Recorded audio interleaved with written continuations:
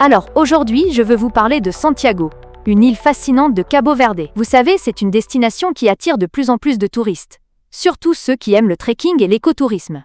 Imaginez-vous marcher sur des sentiers montagneux, entourés de paysages à couper le souffle. C'est comme si chaque pas vous rapprochait d'une aventure incroyable, n'est-ce pas?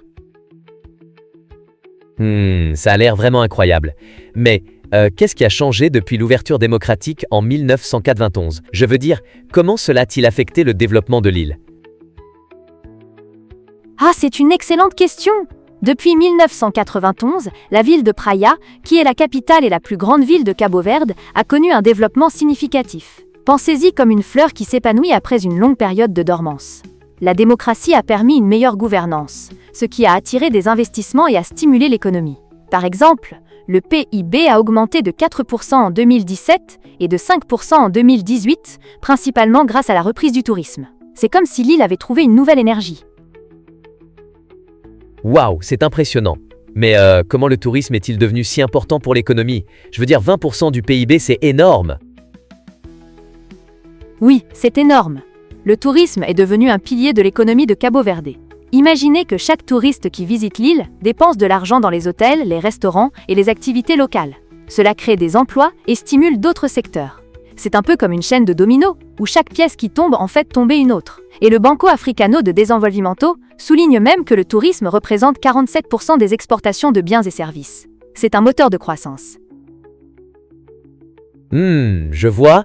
Mais qu'est-ce qui rend Santiago si spécial par rapport aux autres îles? Je veux dire, il y a tellement d'endroits magnifiques dans le monde. Ah, c'est là que ça devient intéressant. Santiago a une culture unique, avec des traditions et des festivals qui attirent les visiteurs. Prenez Assomada, par exemple, qui est connu pour son marché vibrant, et le musée de la Tabanca. C'est comme un voyage dans le temps, où vous pouvez découvrir l'histoire et les coutumes locales. Et puis, il y a Tarrafal, avec ses plages de sable clair et ses palmiers. Imaginez-vous vous détendre sur la plage, avec le bruit des vagues en arrière-plan. C'est un véritable paradis. Oh là là, ça donne envie. Mais comment Santiago Business s'inscrit-il dans tout ça? Je veux dire, quel est leur rôle dans le développement de l'île? Santiago Business est une plateforme qui vise à promouvoir l'île à l'échelle nationale et internationale. Ils attirent des investissements directs étrangers et encouragent la participation de la diaspora dans les activités socio-économiques. Pensez à eux comme des architectes qui construisent des ponts entre les opportunités et les investisseurs. Ils soutiennent le tissu entrepreneurial, le tourisme et la culture des municipalités. C'est un effort collectif pour faire de Cabo Verde un endroit encore plus attrayant pour les affaires. C'est fascinant. Mais comment les gens peuvent-ils en savoir plus ou s'impliquer? Y a-t-il des moyens de les contacter? Absolument.